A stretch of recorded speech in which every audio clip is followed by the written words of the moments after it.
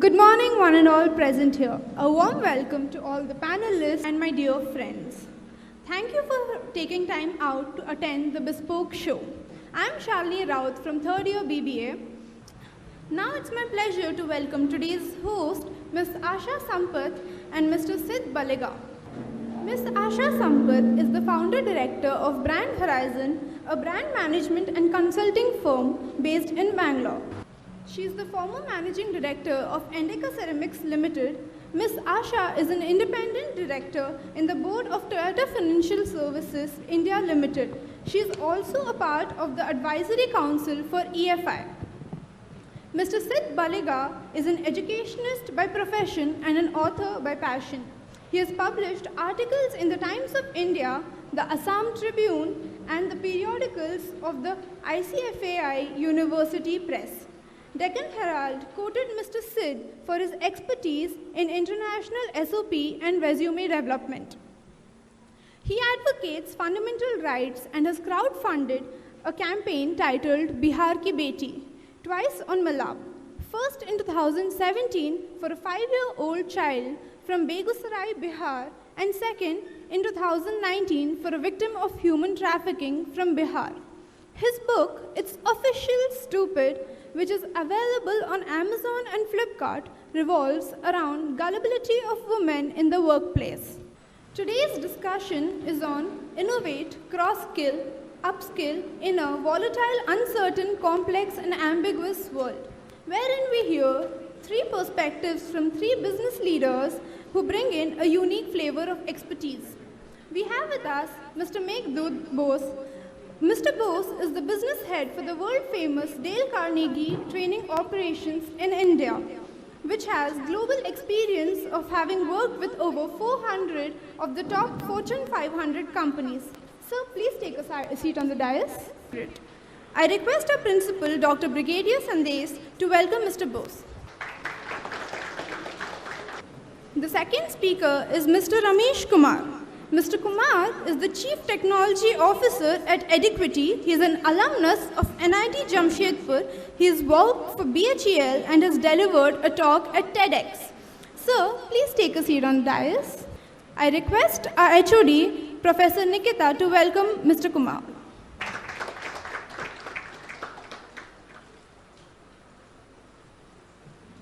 The third speaker is Mr. Sudhanshu Panigrahi. Mr. Panigrahi is the Vice President and Bangalore Center Head of UST Global. He is an alumnus of Northern Illinois University, USA. Please take a seat on the dais, sir. I request Professor Chrissy Matthew to please welcome Mr. Panigrahi.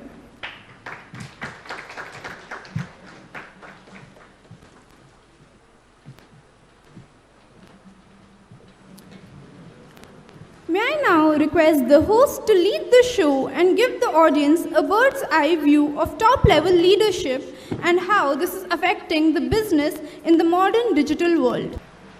Recently, some foreigner came and said, Indians, they don't have innovation. Everybody flared up, saying that, why not? We are so innovative, we do this, we do that, so many things. But actually, I keep questioning, what is that we are doing? We are actually leveraging somebody's technology. The latest is being blockchain. The blockchain has been introduced by West and we are actually copying it and then you are trying to build applications on that. How many of you people are ready for future? I will definitely share in most of your questions my personal story. I think that's what will be more relevant for many of them. I did my MCA in 1991. During that time, I'm the 3rd batch from the college.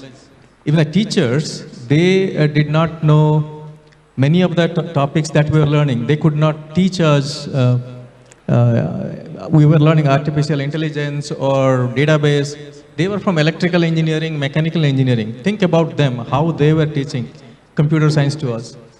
They taught us how to learn.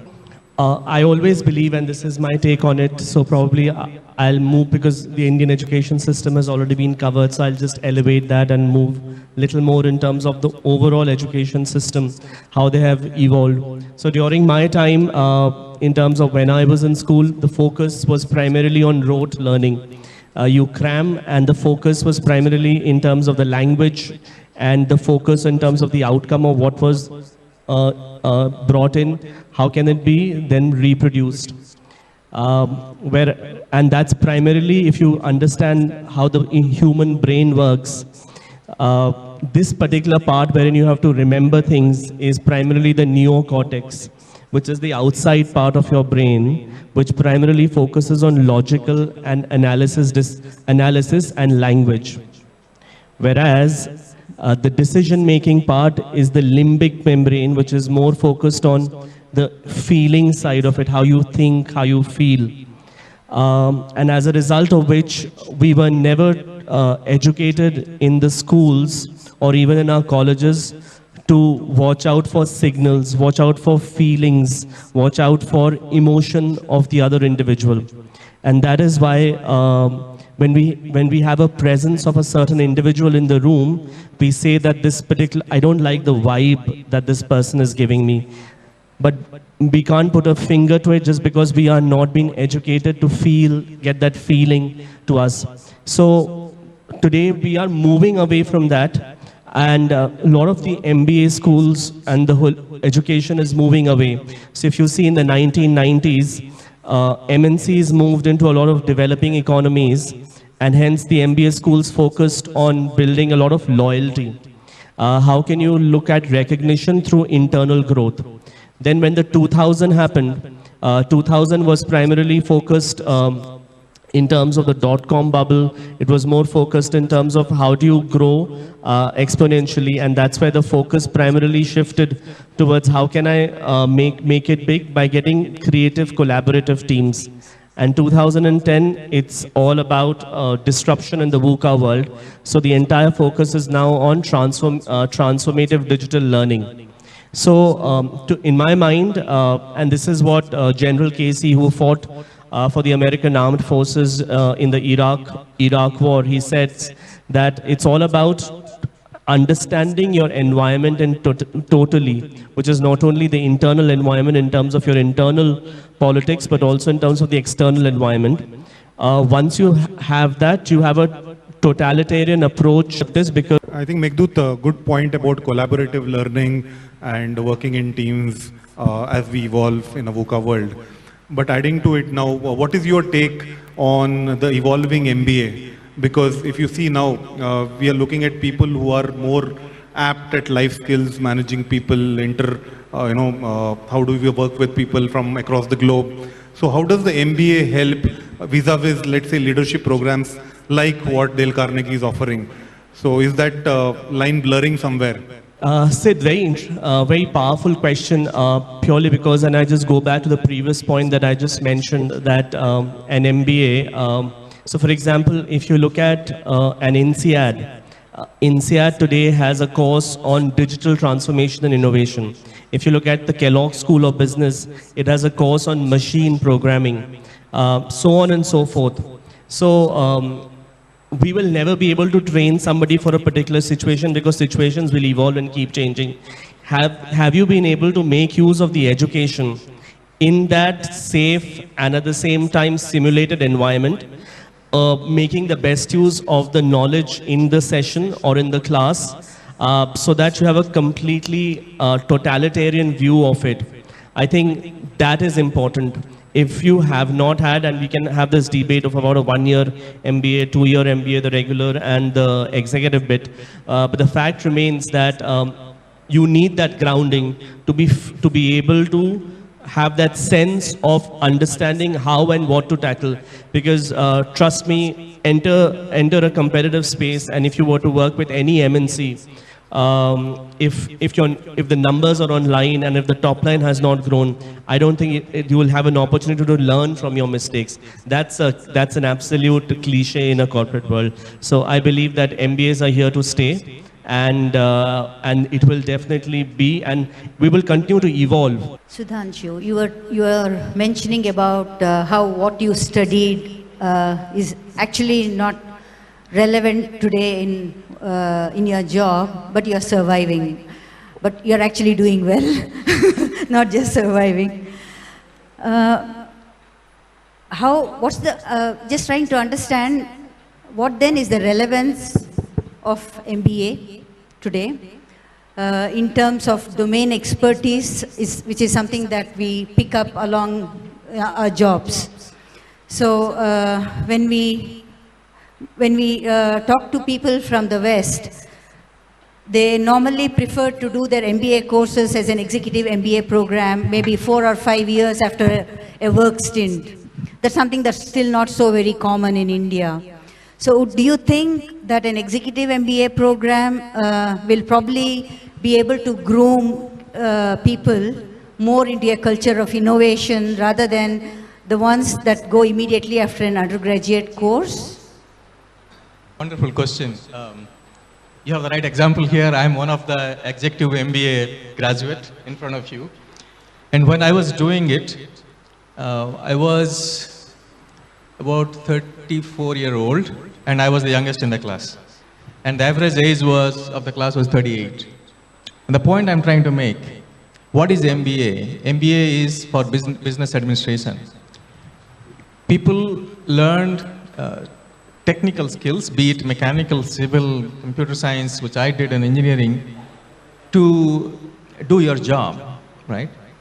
But where you work in a business environment. Ultimately, you're working in a business setup. Now, if you have ambitions, or there is a requirement to do something with the business, the example would be from a computer science program, either differentiate between programming versus managing a business unit, right? You grow from there. To do that, some probably naturally pick it up, but many probably require those skills how to manage a business. And for that purpose, I think it's very important for you to do an MBA and get the right skills and do it. And for my example, it helped me wonderfully. After finishing my MBA, I worked for a few years, I moved here. The amount of growth I have seen in terms of business administration, tremendous. Just that line of MBA from certain university helped me a lot. But in India, what I'm seeing the trend, a lot of folks do the MBA so early. The problem is, you can learn the theories when you learn so early. But if you come after spending some time in the industry, so ultimately you'll be managing some business. If you know about the business while working there, then you learn the aspects of managing the business. You can understand well, you can correlate well while learning the MBA aspect of it. Otherwise, you will be learning in a theoretical mode. And what will happen, you will get those aha moments probably after 5 years, 8 years saying, oh my God, I learned that, now I'm applying it. So I think I shared my experience to your question. Yeah, sounds interesting. I guess it builds also a level of maturity to be able to appreciate what's taught and be able to understand how it can actually be applied in real life situations, right? Absolutely. So a couple of decades back, a downturn or a recession used to be more cyclical. Volatility used to be more cyclical in nature. And people used to know, okay, now it's a downturn and now we have to be very defensive. And more defensive brings more downturn. That used to be the logic. So now in a VUCA world, downturns, volatility, complexity, sudden setbacks have become a norm. So how do organizations still continue working without getting defensive? A typical example would be Sony Corporation in 2000, which became very defensive, and their profits really increased by 8%, but their revenues, overall revenues, dipped by almost 15% because of various strategies that they adopted. But these strategies cannot be adopted in a very complex world where setbacks are going to be a norm rather than an exception. So what we have seen recently is with the borderless technological innovations and completely removing competition from the immediate and getting competition from globe and constant sanctions that governments are constantly giving from anything and everything. It's becoming extremely pertinent to be cognizant of this word VUCA, which is volatile, uncertain, complex, and ambiguous, something that got christened during, it's an American college war term, which after 9/11 became extremely prominent. So it's a very pertinent example that you shared in terms of Sony, because for me, there are three kinds of strategies that organizations can adopt when it comes to thriving under difficult economic times. One is going on the defensive, and that's what Sony did. It completely cut down in terms of the workforce, and also that's a very defensive strategy, and that's where you saw the example what happens with Sony. The second example is something going completely on the offensive. That's something what Hewlett Packard did back in the early 2000s. So Carly Fiorina, who was then the chief executive officer for Hewlett Packard, made some strange decisions. They acquired Compaq for $25 billion during a downturn. They made spends of about 9% increase as far as their R&D budget was concerned.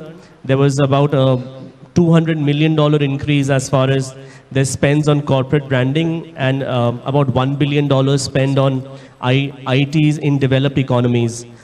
In about 4 years' time, once the downturn ended, their profits had nosedived. So the actual and the right way of doing this entire exercise is doing the pragmatic approach. Now in the pragmatic approach, what happens is we primarily cut down on our costs, but that cut down on costs happens through increase in efficiency. One example that comes to my mind is Staples, the guys who, the pins. So when this economic downturn happened in the early 2000s, what they did is they went ahead and closed down all the facilities which were not performing. At the same time, they increased the workforce so that the top line goes up, and also were able to enhance the overall productivity. Another example that comes to my mind is Procter & Gamble. Procter & Gamble's then CEO, Bob McDonald, what he did during the downturn is he increased the prices of his top performing products.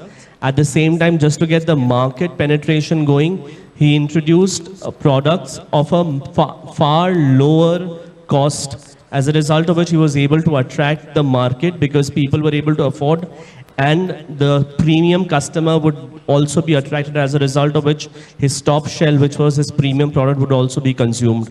Back during the Great Depression in the early 1930s, Chevy, the automaker, people were not looking to buy anything. Then they had the highest number of sales that by having a positioning marketing statement for all the women car drivers. Those days it was only newspaper and radio spots. So they captured it through innovative positioning of their product. They did not focus on what their product was. They focused on how their product and why their product is useful for the market segment that they were targeting. So it completely depends ultimately in terms of the kind of marketing strategy I adopt to be able to sail through. And at the same time, when the downturn comes, when people come out of the downturn, we are better positioned. The pragmatic strategy is better positioned to be able to scale up faster. So that means the older generation organizations should be agile and transform during these complex times. That is one. And are we also referring to a generation gap? Maybe this VUCA term is very something to do with the older generation, and companies like Lenovo are already born in a VUCA generation, and they don't see anything complex about it. That is routine for them. Is that also true? Before responding to that, let me add on to what Mr. Ghosh said, that are we really in VUCA? That's my question. What is volatile? Some ups and downs. But you are continuously ups and downs, that is the normal. To me, I think we learn to survive in this world. It is no more, I call it VUCA world. It came from the era of the collapse of Enron, the Arthur Andersen scam, the subprime issue in 2007, then the Satyam scam over here. I think, and also the auto town, Detroit became a ghost town, completely went down the downturn, right? I think it taught lessons to all the organizations, individuals a lot. I want to give a very simple analogy how a business would react to is literally how to drive in Indian roads, particularly Bangalore roads, during traffic. What happens when you drive? You have to be cautious which side a bike will come in front of you, which a car can in front of you, or somebody came walking by, but you are cautious, right? You play a little defensively, fine. Then when you got a free road, you become aggressive. and then you make the best out of it. You make up your time. I think business is what I'm not suggesting. They're following the exactly same pattern. When there is a uncertainty, they become a little defensive. That's required. Ultimately, they're running a business. Now, when there is economy is booming, they become aggressive. They make it up what they lost it. So I think my response to the previous question is that, stay defensive when there is uncertainty and then be aggressive when there is clear. But your other question around Lenovo picking up, I think the strategies have been changing by the business, right? So I would not call that is because in VUCA world Lenovo born and they pick it up. It's because IBM did not want to, they did not see much innovation happening in the PC business. That's the reason they said, can somebody do? That is one. Second thing is, IBM wanted to get into China. They were not there. And Lenovo is being China, they said it's a probably good sale so that they can sell their components to China market. Yeah, I think it's more an opportunity, right? Because I think technology is being used to create a unique consumer experience across spaces, across the value chain. Right. And the ones that don't take advantage of that are probably the ones to lose. What is it that they're doing different from the traditional companies to be able to cope with the situation more successfully? Are they using tools like predictive analysis or data analytics? What is it that they're doing actually that is making them get there successfully? What do you think? Very simple answer, if I give one word, they are continuously innovating. Necessity is the mother of invention, as they say. So talking of Flipkart, I think also Myntra is one example where they have actually used consumer behavior to their unique advantage of creating innovative products and creating a unique customer experience. I guess analytics has, that's exactly I said. Now we have data. Every moment I pick my phone, I create enough data, right? And a lot of people know about the data.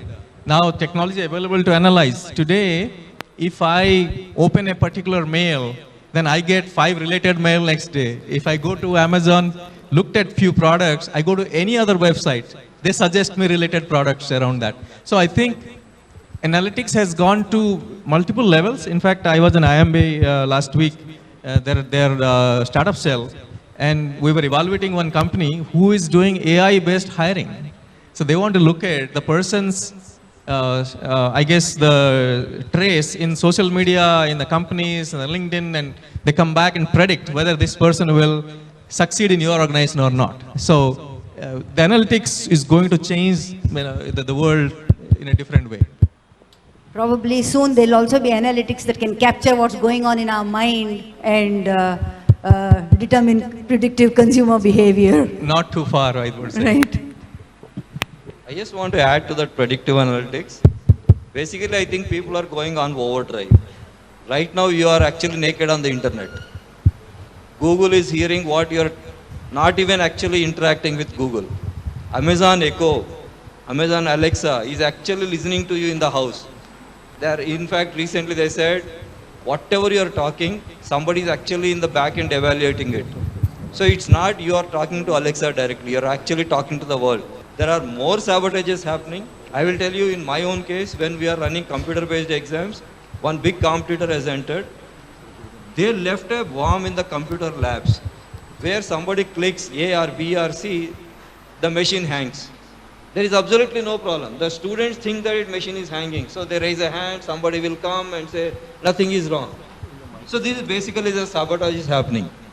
So the people, competition, instead of, what I keep telling is, if you are doing some business, how do you show that you are bigger than me? You draw a bigger line next to me. Don't try to erase my line. That is my concept. But in this latest technology, people are actually trying to erase you also. So you have to be, technology is a double-edged sword.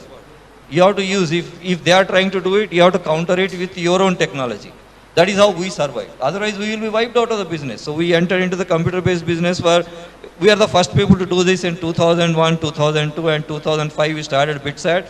15 years we have been doing. And now there are about 20 competitors in the business. So we have to survive. We are surviving. So survival is the most important thing, and you have to innovate. There is no choice. I think we're speaking a lot about technology, a lot about innovation. I think we're constantly becoming a prisoner of this entire thought process, and as much as it is good. So for example, I remember back in 2000, early 2000, Vishwanathan Anand losing to IBM's Deep Blue computer a game of chess. So obviously that's been taken to a different level altogether. And today, at an ongoing basis, the algorithm which writes the program itself can start deciding on its own based on the constantly evolving patterns to write its own code, and then it starts the entire machine learning piece. So all of that is moving. I just want to, just because I'm with Dale Carnegie, and I think I just want to focus a little more on the emotional side that allows us to be able to be connected, and at the same time, which allows organizations to stay ahead of the race. So for one example that comes to my mind is Citibank. So back in 2002, Citibank was seeing a constant erosion at the top level as far as all the women employees were concerned. One of the things that then CHRO of Citibank did was to be able to ensure that there are no pro rata ratings for all women employees who come back from the 3 M's, which is maternity, mobility, and marriage. That ensured that there was 0% attrition at that level for Citibank, and hence today we see that Citibank is one of the organizations which has constantly been able to keep women employees at par and at the same level as far as the men employees are. There are organizations like Shell which do not employ taxi service providers like Ola and Uber, not even Hertz, not even some of the very reliable sources, because their only priority is to be able to ensure that the woman employee, when she gets off at work at 3 a.m. in the morning, is extremely safe.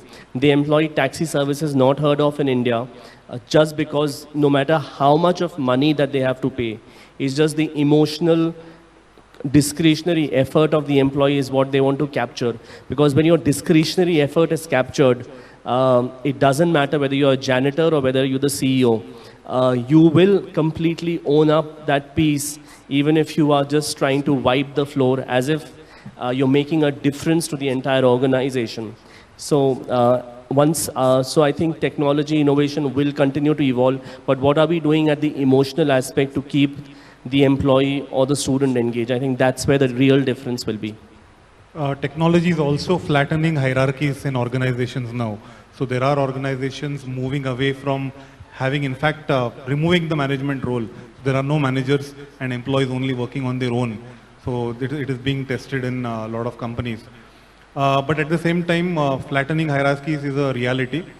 Now, what I really want to, have been wondering over the last couple of weeks when we were planning this program, was I, as a person, have access to so much information on the internet. I can read about this. And all the people sitting in this room also have access to the same information on the internet. They can also read about it. So how is the role of a manager diminishing in an organization?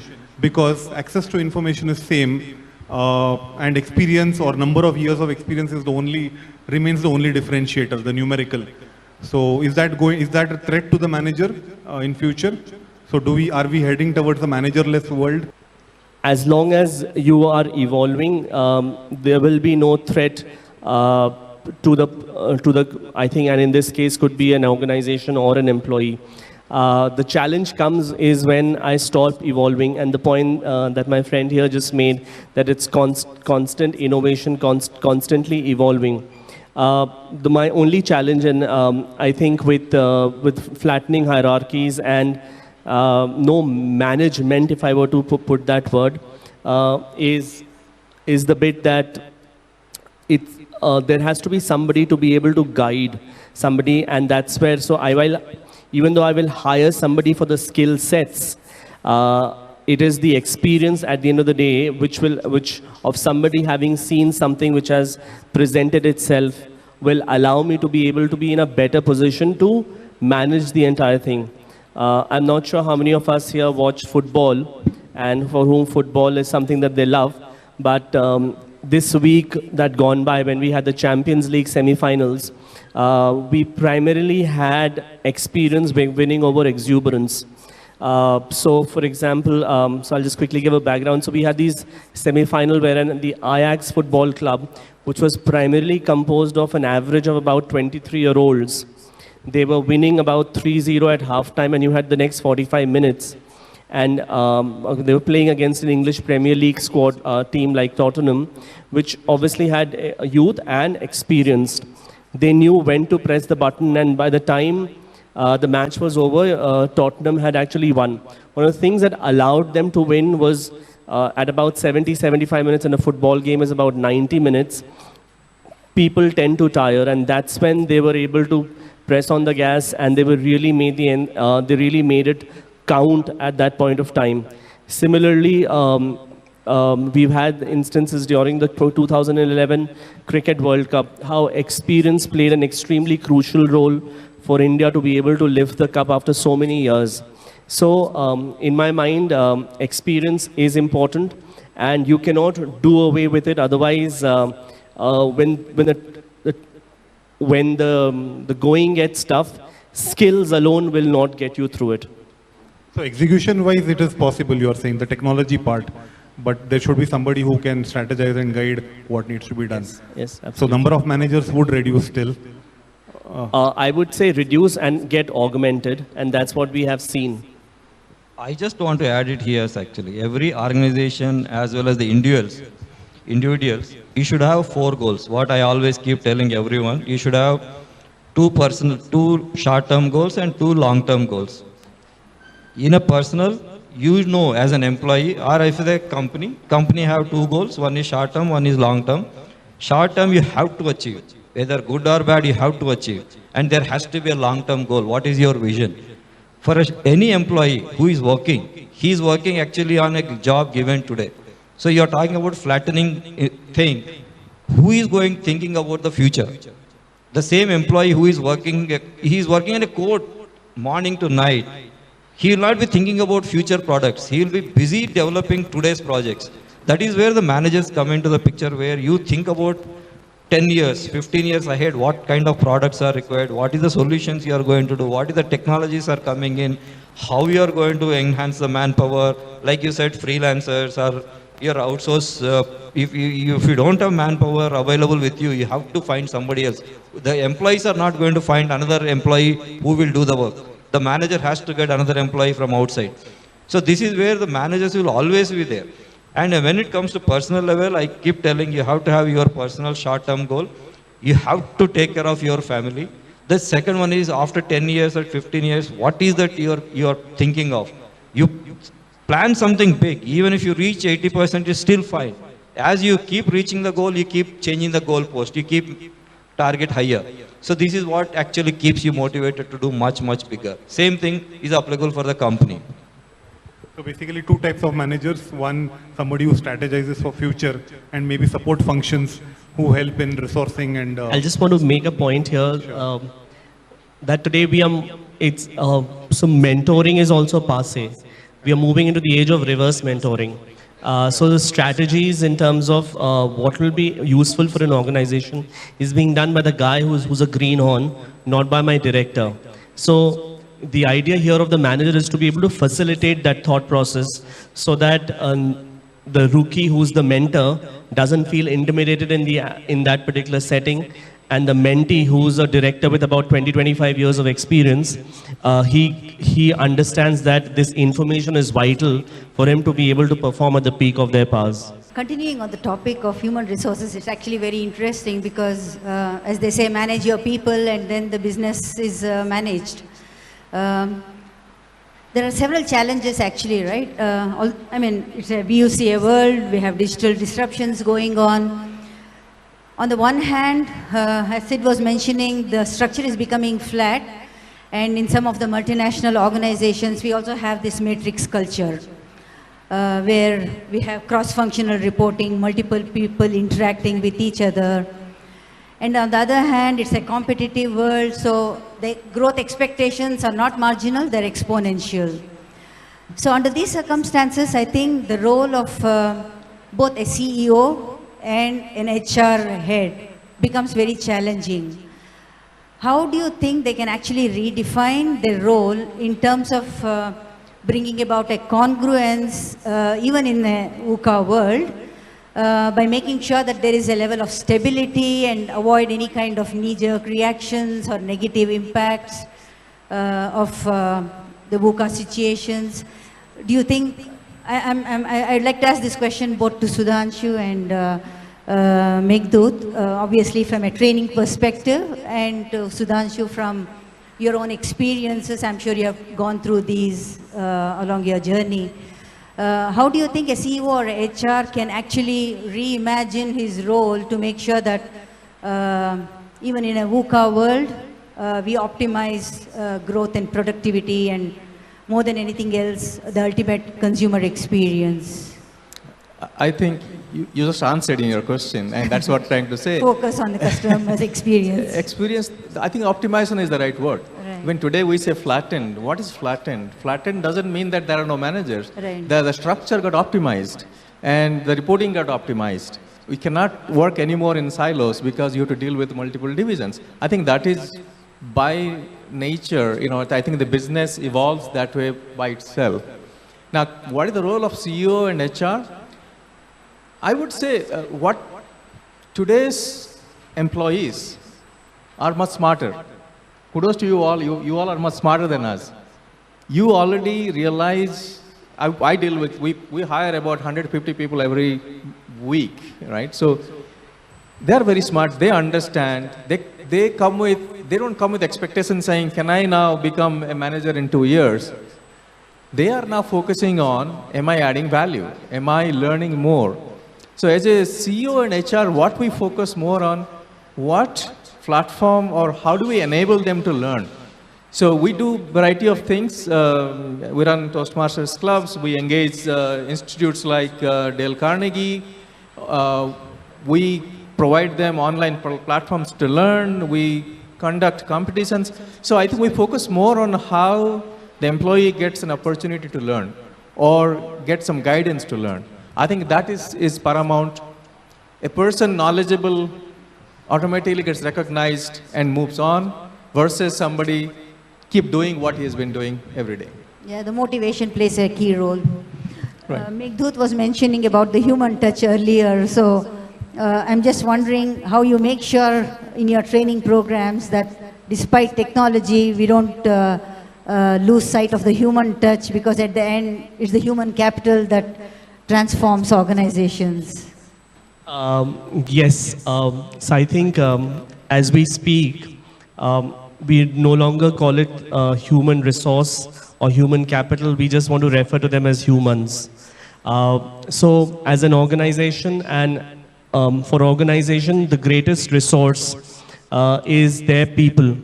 And for people to be able to perform and to be able to ensure that they are highly engaged, because that's where they will be productive, there are three things that actually drives an engaged employee. One is what is the belief that they have as far as their senior management is concerned, whether they have pride in their organization. And third, and this is the extremely crucial bit, is what is my relationship with my immediate supervisor. And we constantly work with these organizations which are 200 years old to organizations which have just started. Relationship with the immediate supervisor is one point which we see just makes the organization go red as far as their attrition is concerned. We recently did a survey with about 3,300 respondents globally, and 4 things emerged as far as the employee's emotion is concerned: whether the employee feels valued, whether the employee feels connected, whether the employee feels confident, and whether the employee feels empowered.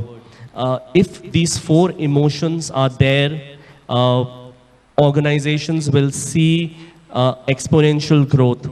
And in our training programs and our interactions, we do not sell services.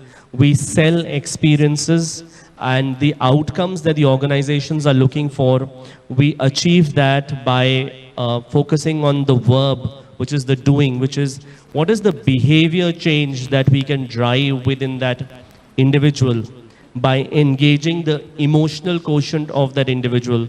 Because once he becomes the person that the organization wants him or her to become, then they will start doing or focusing on the things that they need to start doing. Then that performance change or the outcome that the organization is looking for then becomes incidental. In my company, we don't have HR. So the HR function is eliminated. And each department is authorized to develop their own teams. And I have a team of 25 programmers. And my oldest programmer is with me for last 19 years. About 10 of them are there for the last 15 years. So they don't leave me. I don't know what is the reason. That is how we build my organization, where each department is entitled to bring their own people. If somebody resigns, I ask my own team to actually bring their own person, his relative or wife's relative or anybody who they can just bring one. I groom them for about 6 months. I just leave them and then they train them, and then that is how my company works.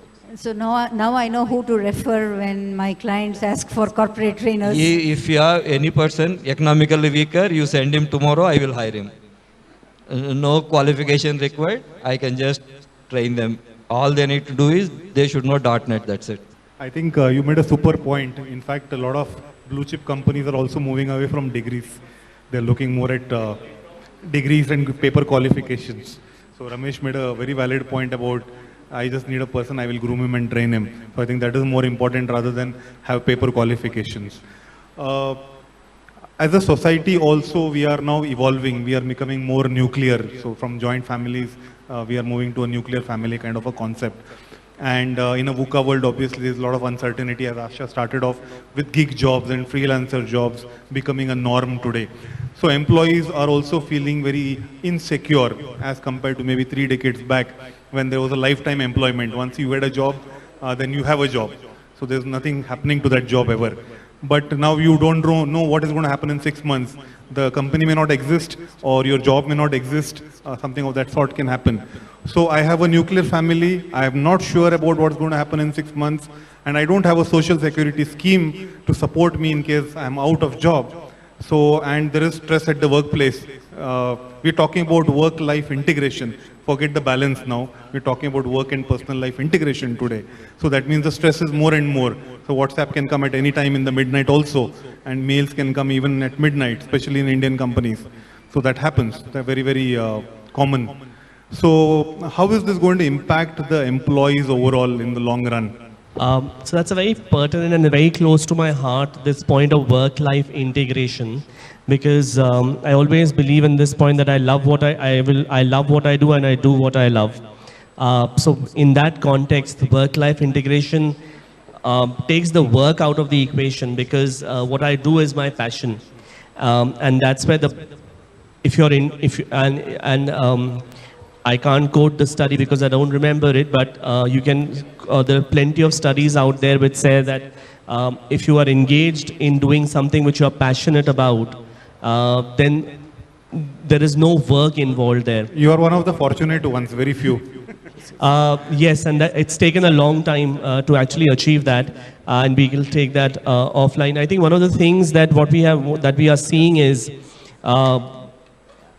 that Apple did not create a market because that's what the customer wanted, because maybe the customer wasn't even aware that something like this existed. So from being somebody in the computer space to moving to the iPhone space, it's about the belief that let me show you what you're missing in your life. And that's where they created that disruption. And today, Apple engages 10% of their workforce who are these gig economy workers. One professor from University of Michigan says that a gig economy worker, somebody who's a freelancer, even though they make 6% lesser in a particular year, but they make 15% more per hour, which means that the gig economy worker is more productive. If we are moving into the concept of the virtual migrant, so which means that I'm earning in dollars, but I'm spending in rupees. And at the same time, I'm getting into this commoditized matching aspect, wherein there will be 30% of the workforce today is your is your gig worker. So they do only the gig piece. There are some people who actually are doing more than 2 jobs or 2 assignments at any given point of time. The important thing is, are the organizations that are employing these gig workers being taxed? And if they are being taxed, only then can we actually look at providing these social schemes in India as well, so that we can take care of like some of the European countries are. So I think that's something that I would like India to move towards, which at this point of time is not, it's an evolving concept, and I think if we can actually see that constantly and get our mindsets away from the taboo that India constantly suffers from, that A particular role is what is upmarket and B particular role is something that is looked down upon. I think as a country we will be able to evolve and have a far more respectable in terms of the sheer conversations that we have, rather than just being looked as a particular country. So that's my thought. Yeah. Just want to add about the stress factor, about my personal life, I tell you. I joined BHEL in 1981 and I loved power projects. I wanted to work in the power project. Very few people would love to actually work in a very tough situation. Working in a power plant is very, very difficult, believe me. But yet I was ready to do it, but BHEL posted me in material planning department, which is a desk job. I'm supposed to make one big Excel sheet, not even Excel, just a 132 column thing, manually enter what is the material required, how much I should procure. I cried. I went to the HR. I said, boss, I don't want to work in this. Please post me to erection and commissioning. They said, nothing doing. You have to work here. I tried all my level best. That time there is no jobs outside. Once you get into public sector, your father said, you're there. That's it. You joined. I tried my level best. 3 years I struggled how to improve my own situation. He said, love what you want to, what you're working. It's very difficult. If the work is not what you are meant to do, you actually cry and you have no other go. Then what I did, then try to computerize, bring in some computerization. We had a mainframe computers and all that kind of a thing. I learned COBOL. It didn't work. Then I waited till 1989. By that time, the computers have come as a distributed processing. Then we started working on a DBase. Then we went into Fox Pro. Then developed material requirement planning. Then I fell in love with my own job. Then that has become my passion. The computerization became a passion. So slowly, from material requirement planning, we did a complete factory-wide automation. By 1991, the entire BHEL electronics division was on a computer-based system. That time, we didn't even hear about SAP or any ERP. Without knowing, we actually developed an ERP. So now, of course, I am working full-time on the computer. So it need not that the work what you are assigned, you don't like it, but you can always make fun out of it. You learn something, improve your own working conditions, and then actually you can enjoy more out of it. I think we have covered a lot of valuable topics in this session. It's been an amazing session. Just to sum up, I would like to say, we are indeed in an ever-growing VUCA world. The depth of the complexity is much more than just the literal sense of the acronym. The digital disruptions caused by cutting-edge technologies are making environment even more complex. What we gather from today's discussion is that there's no one-size-fits-all solution to an organization. So I guess a broad guideline that we can give to the audience is ICU, which is Innovate, Cross-Skill, Upskill, in combination with an anecdote to VUCA, which is Vision, Understanding, Clarity and Agility, could be a good guideline that people can take away from this session. Would you agree? Completely agree. In fact, my advice to all of you, be an optimist. I think that's the way to survive in the VUCA world. Think whatever volatility happening, that's an opportunity for you. I always tell youngsters to dream actually. The dreams, they make your realities. If you don't dream, nothing will happen. Like he said, you have to always be positive. Negatives will be always there. If negatives are not there, you don't know the value of the positive. So what is fun? You have to enjoy it first. Don't worry about what is the small problems. So enjoy whatever you are doing, it might not be making sense to you at this point of time. Eventually, this will all add up, and everything that you go through on a daily basis in this educational institution, you will come back and you will, when maybe 10 years down the line or 5 years down the line, it'll all start adding up and start making sense. So just be in the process. Thank you. Thank you very much to all the panelists. It was a Thank you. splendid Saturday afternoon session. That was a very informative and interesting discussion. Thank you so much.